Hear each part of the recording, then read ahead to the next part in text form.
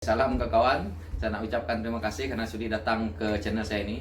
Saya minta maaf ya, saya harus berbahasa orang kampung. Kalau tidak, orang ramai tidak paham. Karena bahasa politik, bahasa ekonomi, bahasa ini banyak yang tidak paham. Apalagi kalau melibatkan serikat yang begini-begini. Jadi saya dengan menggunakan bahasa mudah supaya biar kawan-kawan di sana paham dan orang lain pun lagi paham hal-hal ini. Saya nak masuk part Jolo nih. Ramai yang bila Jolo nih keluar punya cerita. Saya sendiri mula-mula di pihak Pakatan Harapan lah waktu itu PKR, anggota PKR yang banyak bahaskan benda ini. Jadi saya masih ini mungkin mainan politik. Tetapi bila waktu Tun dah masuk ke Pakatan Harapan nih, bila Tun dah berkata penyangak, penyamun semua dah keluar daripada mulut Tun, saya terus take action lah, ambil tahu hal ini.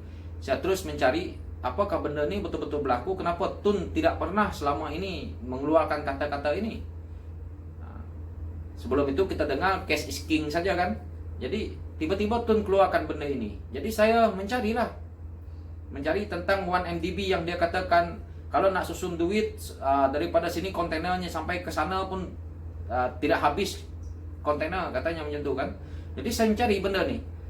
Jadi bila benda ni saya dah baca dekat akhbar apa semua, kita pun dah tahu, kawan-kawan di luar pun tahu, rupa-rupanya memang betul benda ni berlaku.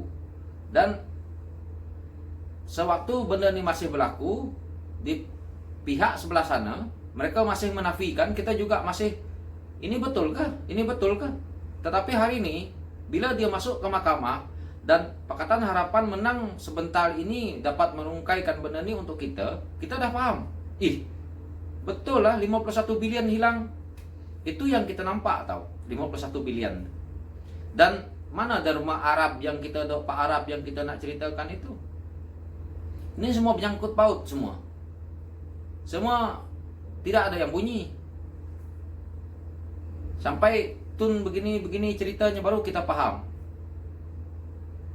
Jadi itu yang berlaku. Dan mereka akan sekarang ni mereka masih tanya benda ni. Banyak lagi yang masih tidak paham nih, dia tanya. Tak ada audit, tak nampak harta, tak ada ini, tak ada itu. Jadi di sini saya pun nak memberi pencerahan. Banyak yang kita nampak tetapi mereka ni tidak nampak. Ataupun mungkin mereka ni memang sengaja nak melupakan atau sengaja nak buat-buat tidak tahu. Kita ambil contoh kapal pesiar yang dijual itu. Itu adalah hasil daripada duit rakyat yang menggunakan nama 1MDB. 1MDB ini sebenarnya satu syarikat yang pada saya untuk mengambil duit daripada kerajaan. Ini adalah satu syarikat untuk mereka alihkan ke tempat lain, pindahkan ke tempat lain.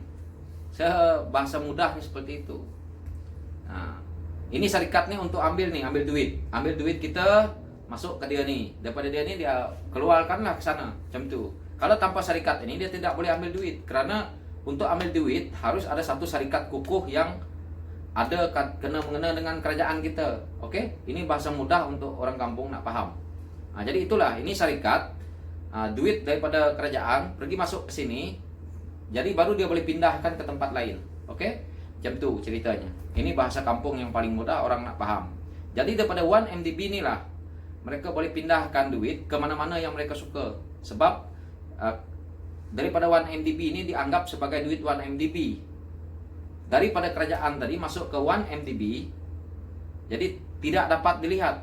Kerana benda ni betul masuk ke syarikat 1MDB. Jadi orang tidak perasan kalau duit ini akan hilang setelah ini. Itu yang permainannya di situ. Jadi daripada 1MDB ini dia akan pindah ke mana-mana terpulang dia, sebab yang nak menguruskannya adalah siapa yang duduk di 1MDB ini sebagai CEO-nya. Jadi orang yang duduk di 1MDB ini yang kita lihat bermacam-macam orang nih tadi, inilah yang menghilangkan diri berapa orang. Jolo dah langsung tak nampak, ada 2-3 orang pun dah tak nampak daripada sini. Mastermind-nya sudah lari. Setelah transfer duit ni ke tempat lain sudah selesai. Ini kerja saya tidak mau lah. Cuma bahasa mudahnya seperti itu. Jadi kalau orang yang nak katakan mana auditnya, mana itu, mana ini kerja orang dalaman. Tidak payah kamu nak memperbodohkan orang, nak cerita audit, nak cerita itu. Kalau kamu kerja di audit tuh, kamu nak komen di bawah saya ini, setakat kamu nak tunjuk yang kamu kerja di audit, bye-bye sajalah. Tak payah kau buat kerja audit engkau tuh. Nak cerita pembendaraan, pembelian, bukan saya tidak paham semua tuh, tapi kita memperbetulkan keadaan lebih baik. Tak payah kita nak menceritakan hebatnya diri kita di situ. Oke, saya masuk balik ke part Jolo nih tadi. Jadi begitulah ceritanya. Jadi dalam case 1MDB ini yang mastermindnya Jolo. Jadi Jolo lah yang berurusan dengan duit nih kebanyakan. Sebab itu dia masih dicari. Jadi duit yang sudah masuk ke 1MDB ini tadi, tak tahu mungkin Jolo guna pribadi ke apa, tapi kalau kita nak lihat secara pribadi lah, kita tengok kapal pesial mewah yang sudah dijual, kita sudah dapat sedikit duit. Tapi yang saya harap kerajaan baru ini pun teruskan usaha yang Tun nak buat itu hari, karena kita masih ada satu aset yang dekat kita sekarang ini belum ambil. Aset itu adalah jet pribadi dengan harga 35,4 juta US dollar. US dollar 35,4 juta harganya. Jet pribadi itu masih ada di Singapura. Saya harap benda itu sudah diambil lah. Tapi saya rasa belum diambil karena pemerintahan baru nih. Hari itu Tun kata nak ambil. Jadi benda itu sayang kalau kita tak ambil. Dengan sekarang nih ekonomi pun dah drop. Kalau kita ambil benda itu, kita dapat jual, sekurang-kurang dapat setengah pun boleh membantu negara kita. Itu yang lebih bagus. Jadi saya tak nak benda ni mereka dok permainkan lagi, nak jadikan sebagai isu politik. Jadi kita lihatlah, itulah sebagai salah satu contohnya. Dan di sebelah tepi saya ini yang seperti saya dah tunjukkan ini, ada keratan metro. Ini buktinya. Nanti mengatakan apa lagi nih, bohong lagi.